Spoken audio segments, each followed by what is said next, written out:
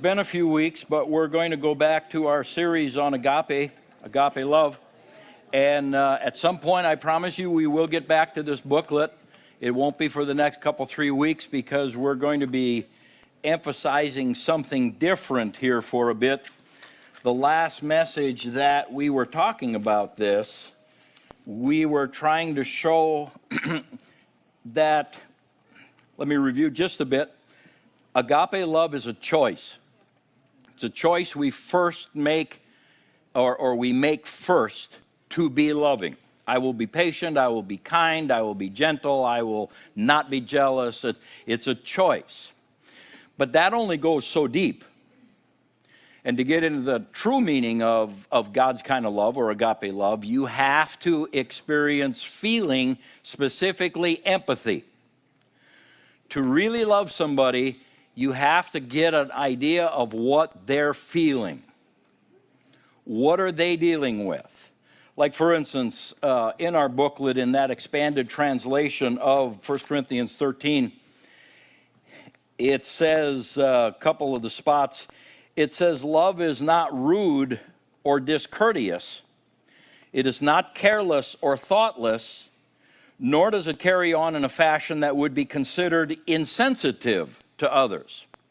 Okay, so we're going to decide not to be rude. And we're going to decide not to be insensitive to others or be careless or thoughtless. We're going to make a mental effort to not do that, but to be loving. And that's okay, but you really don't realize if you're coming off rudely or not until you put yourself in their place and what you're saying.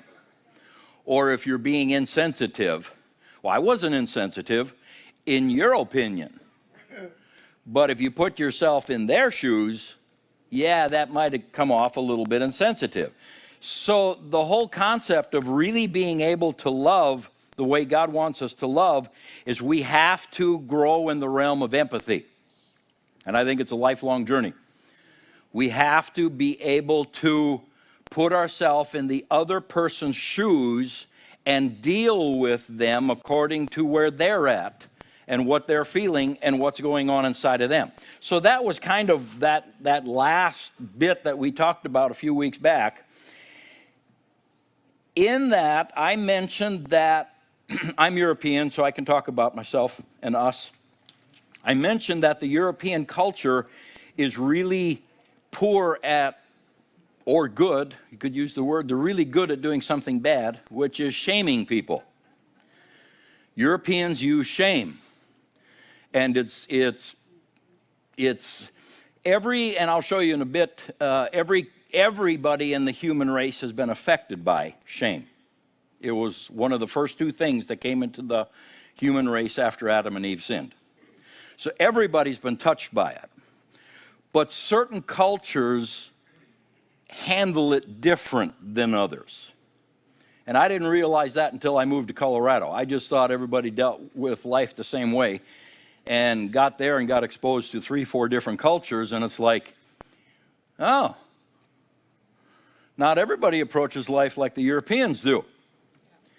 And when it comes to shame and using shame to motivate, the Europeans, Germans, Swedes, Norwegians, we have really honed this down to a craft. We use it in everyday conversations. It turns people away from us. It turns people away from God. It's very difficult to learn how to love people while you're shaming them. The two don't go hand in hand very well. And if you're a parent with small children, please listen up really closely for the next 2-3 messages. I wish I'd have had this information when my children were small. You can only do what you know. And God said, my people perish for lack of knowledge. Well, it's because you can only do what you know. And until you add to that, you can't make a whole lot of changes. And as a result, life is what it is.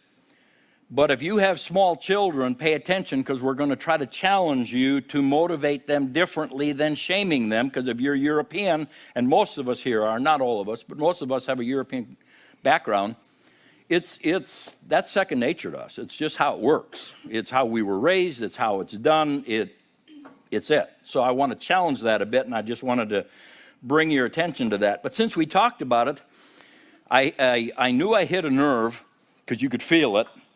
Well, I had some questions come in, and to kind of just sum them up, the questions to say, well, what actually came in is, if I was going to sum them up, it would be this. What is shame? How do we describe it? And if we don't use shame, how do we motivate people? How do you motivate someone if you don't shame them? How do you change their behavior if you don't shame them? You say it can't be that bad that we actually use it that way. We do.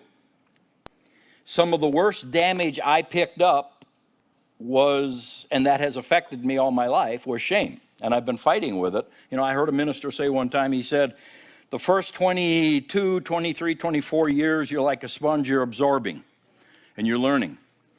And he says, then you spend the rest of your life trying to relearn what you learned wrong the first time. It's like, well, let's just get it right the first time. Well, I didn't get it right the first time, and you know, it is what it is. But we use it to motivate, to correct, to get behaviors. Like, for instance, I'll just give you a couple, three of our sayings. Shame on you. You did what? Shame on you. So now, what does that mean to you when someone says to you, shame on you? Just give me a little feedback. What's the first thing that goes through you? Shame on you. You're naughty? You were bad? You're a problem? You're unworthy?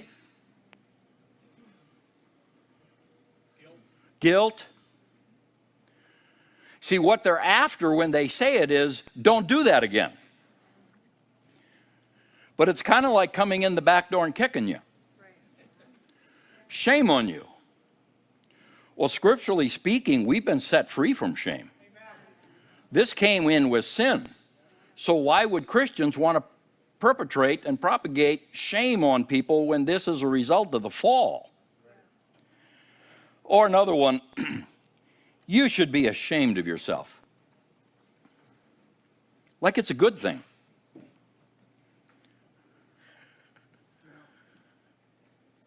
If I were you, you should be ashamed of yourself. Oh, okay, that's good to be ashamed of myself, so I should do this.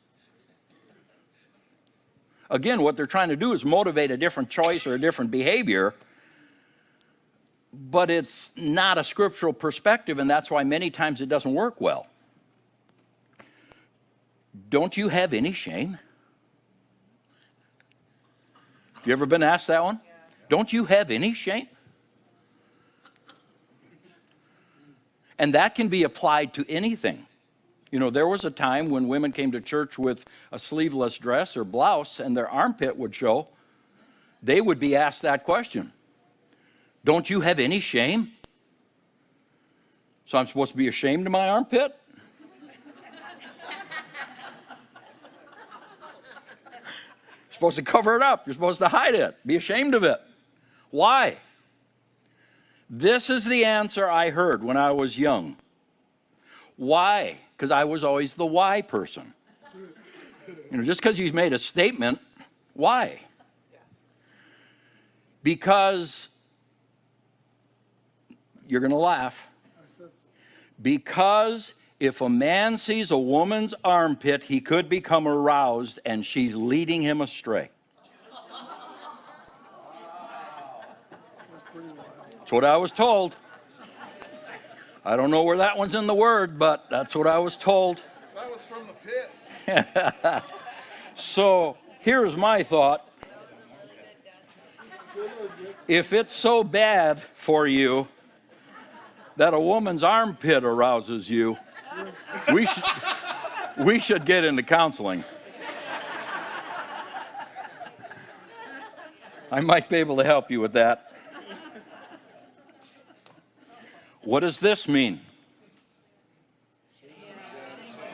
See, everybody knows the universal sign. This is, you are naughty. This is a level down, or 2 or 3. When someone does something like that, I had a minister friend who came from a very conservative background. He was pastoring a very conservative church in the Denver area. And I was driving down the street on my motorcycle without a helmet on. I just had a cap on. And he comes by and leans out the window and says, "You don't have a helmet? Shame on you," and went like that to me. Was he being serious? He was being serious. Yeah. So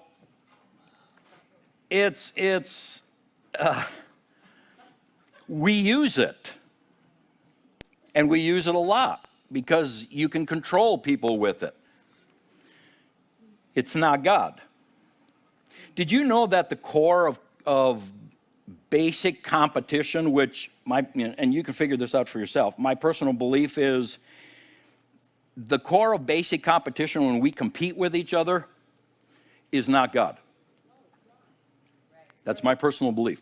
I come to that deduction by looking at the fruit of it. The core of competition, if you're a good competitor, you have to put your opponent down. You play like a girl. Ooh, you're going to cry. Come on, get in here. We're not wearing dresses today. I had our coach tell us that when we came in for timeout. Ladies, do I need to go get your dresses? You're playing like women out there. Which is kind of a slap to women, but he was shaming us, trying to motivate us. Come on, you got to kick it in gear. See, it's competition always revolves around I'm better than you. That absolutely is not God. Now, we can compete against ourselves, against our own time, against our own personal best, against things like that. I'm going to try to have a better game today than I ever had before, but I don't have to run you down for me to be better. Amen. So shame is used all the time. So we need to talk about it a little bit. Shame is an emotion. This is something I heard that I thought was really good. Emotion, energy in motion. Yes. Emotion. When you get emotional about something, there's an energy release that puts you into motion somehow. Emotion. Shame is an emotion. It comes off of different thoughts and things, but it's an emotion. So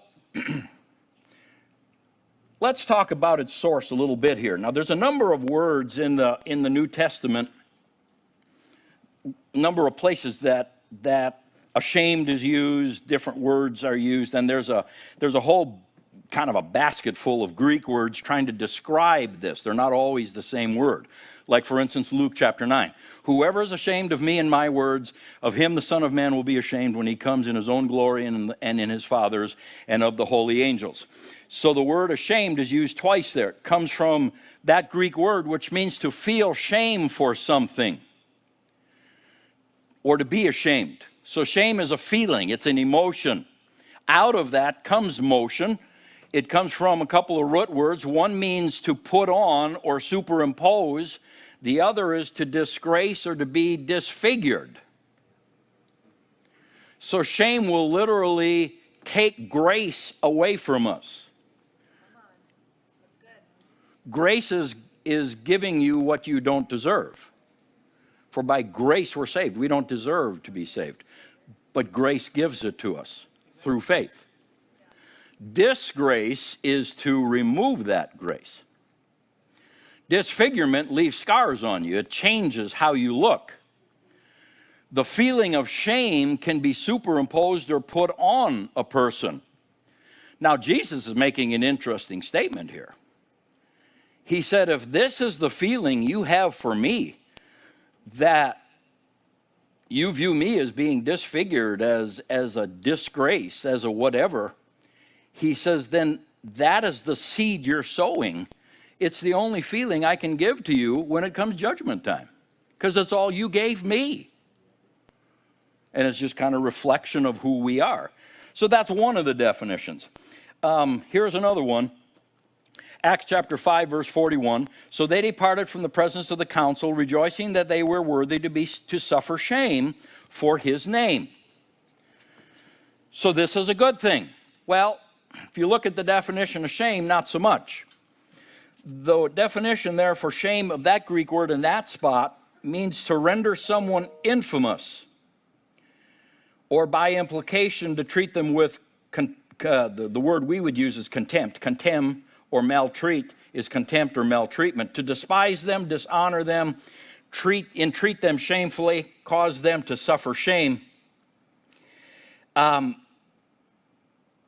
They counted themselves worthy to suffer shame for the name of Jesus. Well, who was shaming them? The religious bunch of that day. Why?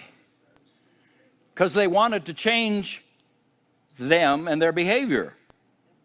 To what? They were now following Jesus. And the religious bunch, the Pharisees, the Sadducees, and so forth, were doing their best to make them stop, so they shamed them. They disgraced them. They disfigured them. Or the definition here, they dishonored them. They rendered them infamous. That's an interesting word. I looked it up in Webster. Having a reputation of the worst kind. Disgraceful. So here we have a live example of religious people trying to change someone else who they think is wrong, and they're using shame to do it. And the disciples said, well, if you're going to shame us, so be it. We'll just be rejoicing in God anyway. Go ahead, take your best shots. But you're trying to shame us into changing our behavior. Here's another one. Romans 5.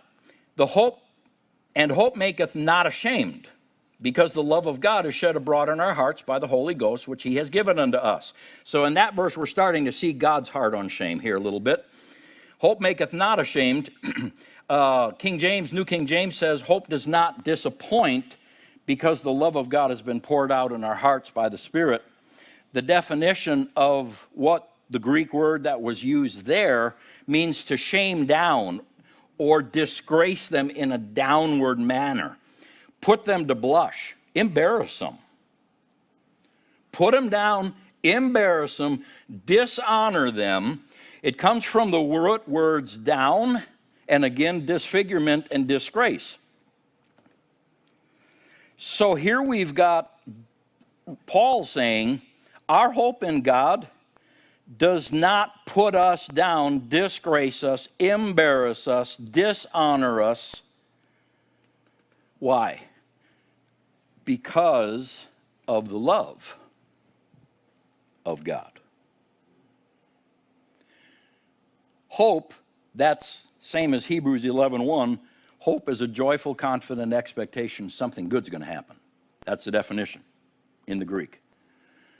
So we have a joyful, confident expectation something good's going to happen as we serve God, and he will not, that hope will not leave us put down, here's the definition, will not leave us shamed down, disgraced, blushing or embarrassed, dishonored, disfigured. It won't do that. Why?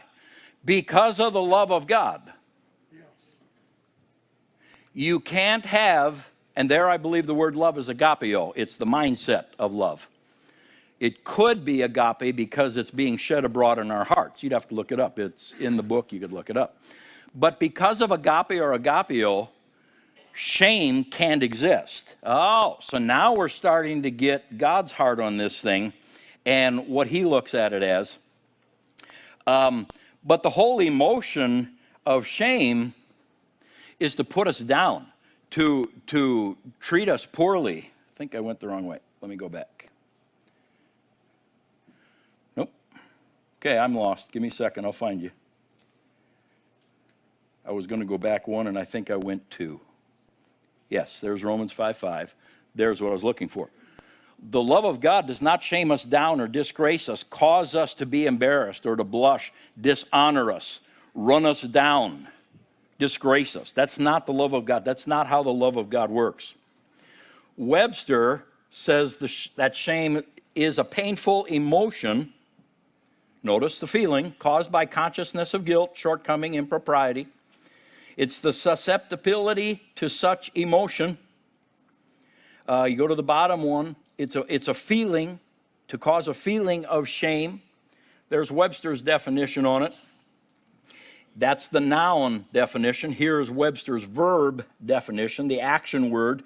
It's to bring someone to disgrace, to cause them to feel shame, to force by causing to feel guilty. So you're going to force something. You're going to try to make something happen. You're going to motivate someone. You're going to control them. However,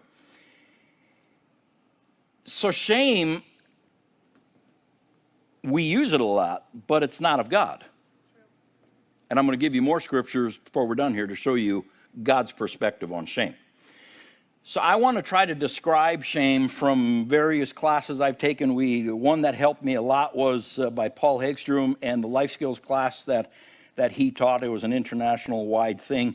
And he really opened my eyes to the shame thing because I was coming from the European background. And if you want somebody to do something and they're being obstinate, you shame them. Somehow you put them down. You disgrace them. Take grace away. Make them feel bad. So that class really opened my eyes, and then I was able to go through some others that helped me. So I'm going to give you a compilation here of all those different things that I learned. What shame is. Shame emotionally bonds to our choices and behaviors. If we struggle with shame, every decision and choice we make, we will filter through shame. It literally bonds to it. You say, what does it act like? Well, first of all, shame allows no escape or recovery. The only way you can stop being shamed is if you grovel. And sometimes that doesn't work. Because in time, if you start doing something that caused the problem the first time, you'll get reminded of, I remember what you did back there. You don't want to go through that again. So it's still held over your head. Shame never sets you free. Amen. It's always a cloud over you. And people are willing to use it and beat you up with it. What is it? It's the feeling, and that turns into thoughts and attitudes. Something's wrong with me. Something's wrong in me. It's not something's wrong with what I did. Something's wrong with me. Shame does not separate value and behavior. Shame ties them together because it's so much more effective if I say, you are a liar, Dean, and I'm going to expose you, versus, Dean, that was a lie. We need to revisit what you just said. See, leaving his value, his worth intact versus, you liar. I just labeled him, and it's like, ooh, now something's wrong with me. I'm less than. I don't measure up anymore. That's shame. I'm broken. I'm flawed. I'm defective. Something's wrong in me that I think other people don't deal with. And it's a feeling. It's not just a thought. It's a feeling of, I'm just broken compared to other people. I'm just less. I'm damaged. I'm damaged more than anybody else. So what do? We do what Genesis chapter 3 did, what started. As soon as we feel shame, we go into hiding.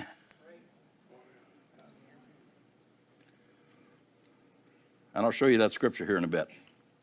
Why? Because I'm broken. Something's wrong in me that's not wrong in anybody else. I'm flawed. And if you find out, it'll just make me feel and look that much worse. So I'm going to hide it from you. Now, there's a difference between being a private person and a shameful person. But boy, they're really close. You have to, I'm more of a private person. It's rare you're going to see me putting some picture of myself dancing or whatever on Facebook. I don't want you to know. It doesn't give me any thrills when everybody goes, oh, go, Pastor, I like that. That's great. It's like, that's creepy. It's just, I'm more of a private person. Number of us are. Some people are that way, some people are not. It's not that one's better or worse than the other. It's just how we're made. But if you're a private person, be very careful, because shame has touched all of us, and the areas we're ashamed of, we will go into hiding over. There's a difference between hiding what's going on and just not putting it in the newspaper or on Facebook or on Snapchat. Used to be newspaper, now it's Facebook and Snapchat or whatever. There's a difference between, I'd just rather keep that picture to myself. There's times my wife will snap a picture and she shows it to me and I said, and you're not putting that on Facebook. I don't want to see it up there. It's just between me and you. Not everybody's like that. That's okay. If you want to put pictures of you doing all kinds of funny things, have at it. That's your choice. It's America. It's free speech. But now, if it's something that touches my shame, it's not that I just want to keep it private. Now you need to erase that off your phone. I don't want anybody ever having access to that picture because I'm in hiding. It touched a feeling in me where I am all these things, and I don't want anybody seeing me that way or seeing our family that way. I'm unlovable, I'm unloved. All what will happen if somebody sees that is I'm going to get made fun of. That goes along with shame. It belittles, it demeans, it puts others down. It often labels a person for life. And if you go to Proverbs 11:1, it says that where you find pride, you find shame. Where you find shame, you find pride. They are interchangeable in this way. There's a line between them, but interestingly enough, the more shame-based we are, or the more we've been damaged by shame, the easier it is to get really arrogant and proud about the few things we do have going the right direction. And we'll flaunt those. And it kind of becomes an all or nothing. We got whole chunks of our life that are completely hidden and we never want them exposed, but we'll brag about these chunks of life and put it out there and flaunt it. This is wrong, that's wrong. Yeah. But they play off of each other. Yes. Proverbs 11:1 and 2 talk about that. So shame produces a person who is very limited in life because of their flaws. I'll give you an example. When my friends in high school decided to do something we've never done before, like, let's go skiing, let's go downhill skiing. I would not go with them unless I had a chance to go first and learn how to do it. What motivated me to make that choice? My own shame. And shame and fear were the first two things that came in Genesis.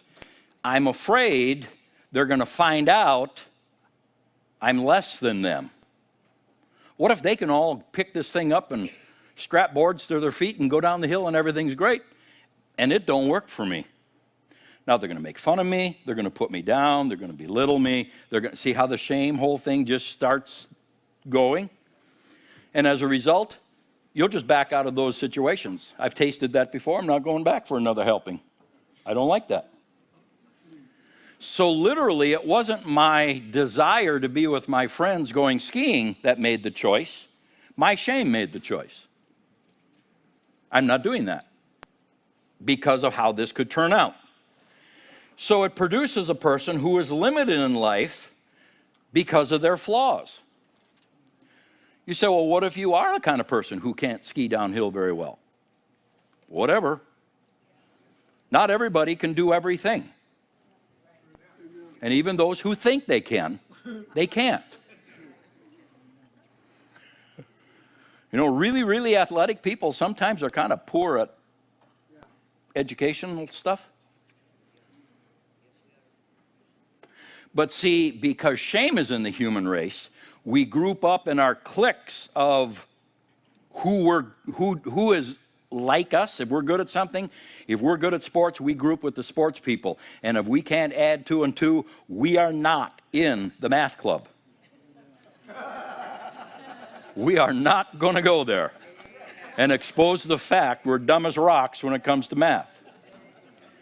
But boy, we'll strut our stuff over here in the sports area.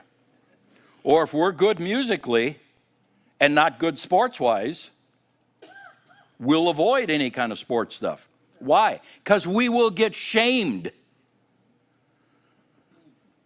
We'll try to do something and just the question, what are you doing? Oh man, yeah, I know I'm worthless. I'm good for nothing. I can't do this. I shouldn't be here. I'm just a detriment to this whole function or this whole team. And that feeling, and you say, how do you know they got the feeling? Because many times when people are shamed, they blush. They're embarrassed. That was never supposed to happen to the human race. And it's the opposite of love. Shame causes people to be fearful, self-conscious, low self-esteem, loss of confidence, because they don't feel accepted, loved, and valuable in whatever area. They can't perform as good as someone else. Can be as simple as our looks. Folks, there's something called the DNA and genetics. And whatever you got given wasn't your fault. Because I know very few people who really like everything about themselves. And the older I get, the more embarrassed I am of myself as a junior high person, and probably you too, when we picked at people who looked funny. Don't all say amen at once. I was the one that looked funny. You were the one that looked funny, so you were the one that got picked at. And it was a pride, arrogant thing. It was a way of ruling. It was a way of controlling. It was a way of dominating. We picked at the kid who couldn't hit the ball. You know, the whole class is out there, and we're all playing softball, and there's a few that just can't hit the ball. You can tell when they pick up the bat. This ain't never going to work. But instead of being nice to them, we do what unbridled shame in the person does. We crucify them. Look at them, they can't even swing a bat. And then we'll start saying things and doing things, and we're shaming them. Go play on their team, that way we can win, you know, stuff like that. None of that is love, by the way. In case you're wondering. None of that is love, but it really produces bad stuff in the person. Long term, depending upon what they're like, if they're a person who acts outward, they're going to go rebellious and hateful. Because I'm not good enough for you and da-da-da-da-da, I will just retaliate against you and show you. Now, if you're a person who acts inward, then you'll start cutting. You'll start isolating. You'll start anorexia. Because you're going to take it out on yourself. Because you feel bad about yourself. It results in rejection of the person, separating ourselves from them to teach them a lesson. They need to change. Or evidently, you're not going to be part of our group anymore. You know, we were watching an old, it was kind of like a documentary of the founding time of the country. And they were showing some of the religious side. And one of the scenes they showed was one of the young people did not want to pick up the family business. And they wanted to go west and be an explorer, be a mountain man, a frontiersman, go west. And this caused a huge upheaval in the church because everybody was supposed to honor their parents, and whatever their parents said they were supposed to do. That's how you honored your parents. They were hard set on, they didn't want to be what their family business was. They wanted to strike out and do something new. So they showed the family meeting, and they were all trying to convince, I think it was the youngest brother, they were all trying to convince the youngest brother he needs to do this. And when he said, I don't like doing this, no disrespect, I just don't want to carry on the family business. Then they pulled the last big lever they could to motivate him to change his mind. And Dad said, if you're not going to be part of the family and do what the family does, then you're dead to us. And he turned his back to him. And all the other family members all turned their back to him. Until he changes his ways, you're out. That's shame. That's what shame does. If they continue to choose poorly, we want nothing to do with them. And the shunning begins. That's what happens. Now, we don't do it as dramatically as they did it. But do you realize a lot of times it's hard to get families together for holidays because different family members realize if they show up, they're going to be shamed? So, are you still going to that wild radical Jesus church? Yep. What is that? That's a shame statement. You are dumb. You shouldn't be doing this. You're less than us. We're praying that someday you'll see the light. What are they trying to do? Get them to stop going to that church. And then when the kids pull back from that and say, we're not going to Thanksgiving this year, they can have it without us.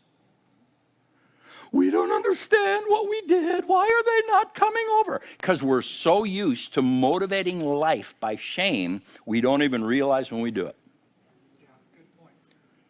And we sow some bad seed, and as a result, shame causes us to hide ourselves. We just back out. We're gone. Fear also causes us to hide. But shame causes fellowship or closeness to be broken. Separation takes place. And if we don't change, many times the people who are perpetrating the shame, they will just push us out. The relationship is gone. The closeness is gone. It's you're not doing what we think you should be doing, therefore we are going to punish you to motivate you to change what you're doing. The exact opposite of what God does. When God wants to motivate us to change, he pulls us close. But it would make sense that this would be a pushing away because this is from the devil's kingdom. It entered through sin. So what it does is opposite of God. The shame approach to helping someone change their choices and behaviors is this. Make them feel badly enough about who they are and what they've done. Absolutely tie them, their value and their behavior together. Do not separate their value from their behavior. You got to tie that together. You are a bad person. What? Bad boy. You're using shame. You spilled your milk. Bad boy. He's not a bad boy. He made a mistake. Separate his value from his behavior. Don't convince him he's bad, because when he gets older, he'll show you how bad can be. And he'll fulfill your prophecy for you. See, it's in our culture, we use it because, see, now the boy's supposed to feel really bad. And, oh, I'm sorry, I'll never do it again. And every time he thinks about spilling milk or dropping something or whatever, his mind will flash back to, I'm bad. Something's wrong with me. I'm less than. Other people don't spill milk, evidently, because I'm the bad one. So you tie them and their behavior together to shame. You are wrong. No, you did something wrong. You made a bad choice. You are an awesome person with all kinds of potential. Nobody here, well, I'm just wrong. I'm just wrong all the time. No, that's shame. Now, you might make a whole nest full of bad choices, but that has nothing to do with your value and your worth. You are a person created in the image of God that Jesus thought was valuable enough. He came and died for you. Separate that. But see, to make them feel badly about who they are and what they did is a tactic of shame to get them to change their behavior, to get them to change who they are, is how we look at it. They're just worthless. I won't even add the rest of what I've heard said there. You know, someone's struggling in an area of life. They're just worthless, blank, blank, blank. Doesn't have to be cuss words. It can just be very demeaning things. They're just worthless excuses for the human race. Yeah, that'll sink in. What gives us the right to determine whether someone has worth or not? Well, they're not producing anything in society. Okay, so once I reach the point I can no longer produce, I'm worthless? What happens if somebody gets in a car accident and you're paralyzed? And you can no longer produce. All you can do is somebody's got to wait on you. Now you're worthless? You've lost all worth. Well, then your worth was based on performance. It was never based on who you are as a human being. It was based on performance. And it's kind of an interesting test to give yourself. Why are you valuable? Women will list things like, well, I do the laundry and I cook the meals and I take care of the house and all performance. Guys will say, well, I'm valuable because I know how to fix things and I've got a pretty good job and I've tried to be honest all my life and I bring the paycheck home and that's why I have value. So something happens that you can no longer work and fix things and bring the paycheck home, you're a worthless piece of scum. No, your worth hasn't changed. Your value hasn't changed. Now, your ability to perform has changed. But see, when we're used to combining performance or behavior with the person's value, now the only way I have value is to do good. If I don't do good, I'm an embarrassment to the family. I'm an embarrassment to the church. If the church really knew what I did, they'd probably kick me out. Not God's church wouldn't. Religious church may, but God's church wouldn't, because we love you. Yeah, but I'm going to make you look bad. I don't need help. I can make myself look bad all on my own. You don't need to help me. You deal with your wagon load and I'll deal with my wagon load and we'll stand there together. Amen. If there's any good thing in me, it's because of God. And when people do things that embarrass the church, it's not the person who's the problem here, it's the church's attitude. We shouldn't have such holy, righteous, outward standards that if someone messes one up, now we're going to be the talk of the community. The whole thing's upside down. And chances are really good that whole church is shame-based. Everything is motivated by don't do something wrong because you'll get in trouble and they might even call you out from the pulpit and make you look bad because something's wrong with you. And we're just trying to love you and help you change. And then we wonder why the church doesn't grow. Who would want to get in on that? Don't shout me down. It's true. You know it's true. There's a lot of churches like that. We're going to teach them and motivate them not to do the same thing next time by shaming them what they did this time. And we end up labeling them for life. Sometimes, well, the church does it all the time.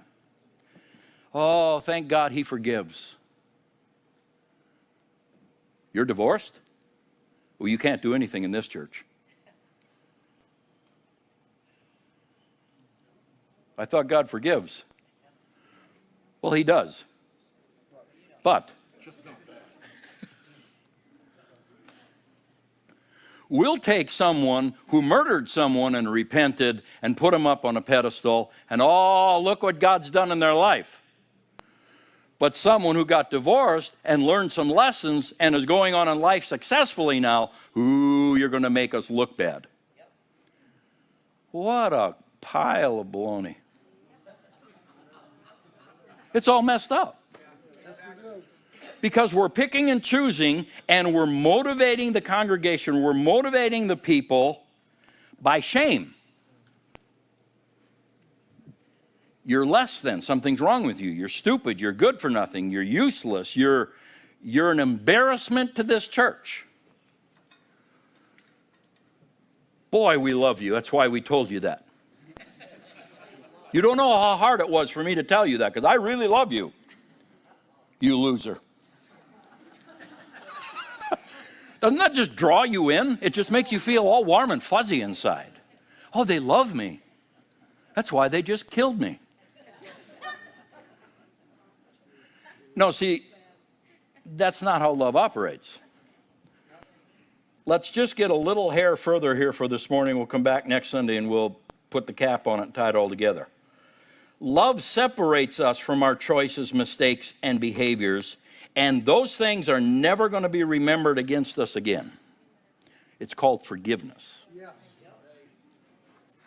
Yeah, I know you did some bad things, but I love you, and I died for you, and I forgive you, and I'm never going to think about that again because it's you who I care about.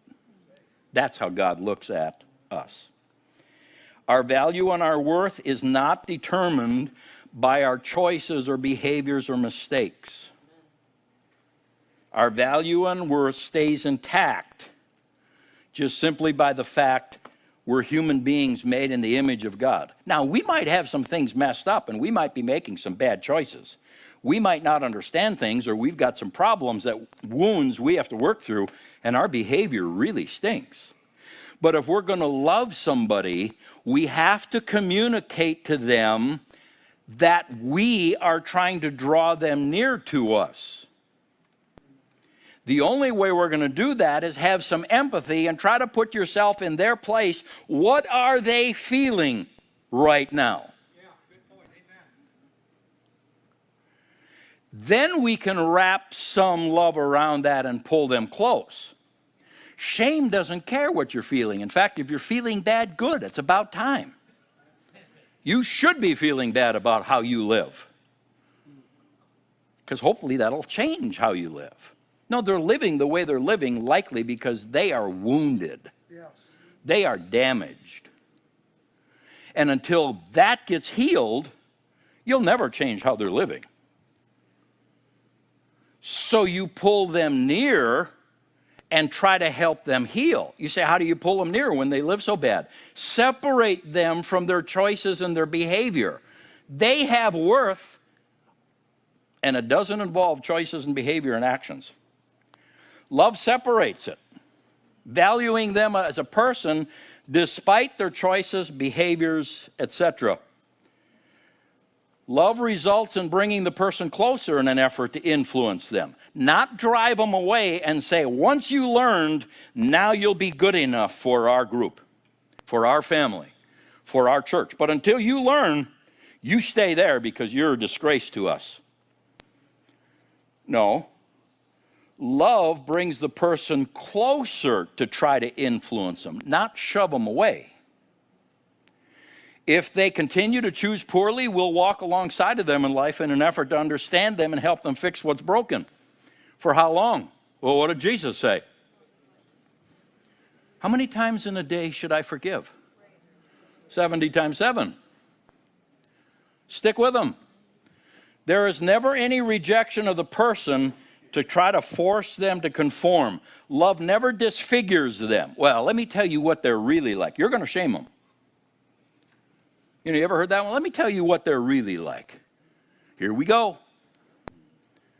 Going to be gossip, there's going to be slander, and they're going to use shame to make this person look bad. You're going to disfigure how they look. They're going to disgrace them. They're going to label them. Love tries to encourage, edify, and free the person from limits or bondage. It produces people who are outward focused and conscious of, got to read it over here, the flag's in the way there. Outward focused and conscious. Not conscience, conscious. Oh, they're conscious. I got to remember what I'm trying to say here. Conscious of what's going on at the other person. They're people of empathy, understanding, and compassion. If you are wounded, if I am wounded, and I am ashamed of who and what I am, my attention is on me and trying to survive to make sure I don't get in a situation where I look and feel really dumb. I will not notice whatsoever you're hurting because it ain't about you. It's about me. And we don't even know it. Love produces people that are outward focused and conscious of what's going on out here because they feel okay about what's going on here. My whole attention doesn't have to be here. It can be out here. Love leaves a person feeling valued, accepted, graced, welcomed, nothing to measure up to. So we're going to stop there. Next Sunday, we're going to start with where shame came from and dig into that a little bit in identifying what shame is. What I want you to do, because next Sunday we're going to have a prayer line. I want to link my faith with some people because shame at its core is not a way of thinking. Shame at its core is a spiritual force. Yeah, it's a covering. Yep. That's how I know that. Because when Adam and Eve sinned, they made two statements to God. Adam, where are you? I hid because I was afraid. What are you wearing this thing for? Well, I'm hiding again because I came to the realization I'm naked, I'm vulnerable, I'm exposed. Nobody taught them this. Adam and Eve weren't taught. They weren't trained to think shamefully. They sinned and it just, whoa, it hit them. If there were any two people who could let it all hang out and have nothing to be embarrassed about, it was Adam and Eve. They were created perfect. Yes. But once sin got on them, why are you hiding? Because I don't want you to see the real me. Something's wrong with me. There was nothing wrong with them except right here. It is a spiritual force that gets on us. And next Sunday, I want to get an agreement in prayer with some of us to get it off of us. So our thinking can actually clear up and we start having the mind renewed to be able to live without shame. But if you don't pull that spiritual force off, it's just so hard to see what's real and what's true. It just, everything gets so confusing and messed up. So here's what I want you to you may not need any help, but if you need any help, here's what I want you to do this week. Pay attention and see if you can find out how shame-based you are. What are the things that you absolutely don't want anybody to know about you, your marriage, your husband, your family, your wife, your job, your home, your finances, you got to keep it hidden. You got to keep it a secret because if people find out, they're going to think something's wrong with me, with us, with how we live, that's all shame. That's all shame. Because once we recognize it, now we can stop putting it out there.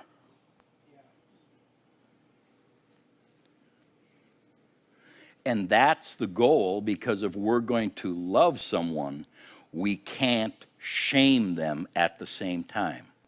Romans 5:5 says, hope doesn't let us get ashamed because of the love. Love cancels shame and gives hope.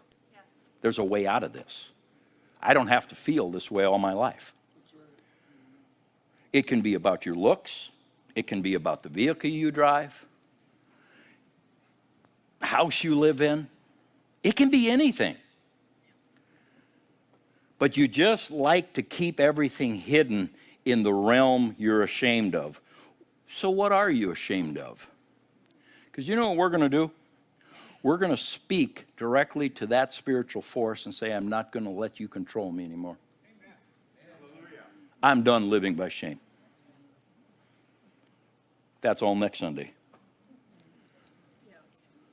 But between now and then, stop and pay attention. How much does the feelings of feeling exposed, the feeling of I'm less than others, I'm not as good as, I'm not as good looking, I can't think as well, my job doesn't pay as well, I'm not as successful, how much does all that I'm less than others rule you? Well, I got to just keep it hidden. How much is there? Because we're going to go to the throne of grace boldly. And I'll show you from Scripture where it came from. You already know. Genesis 3, God said. And we're going to get this spiritual thing off of us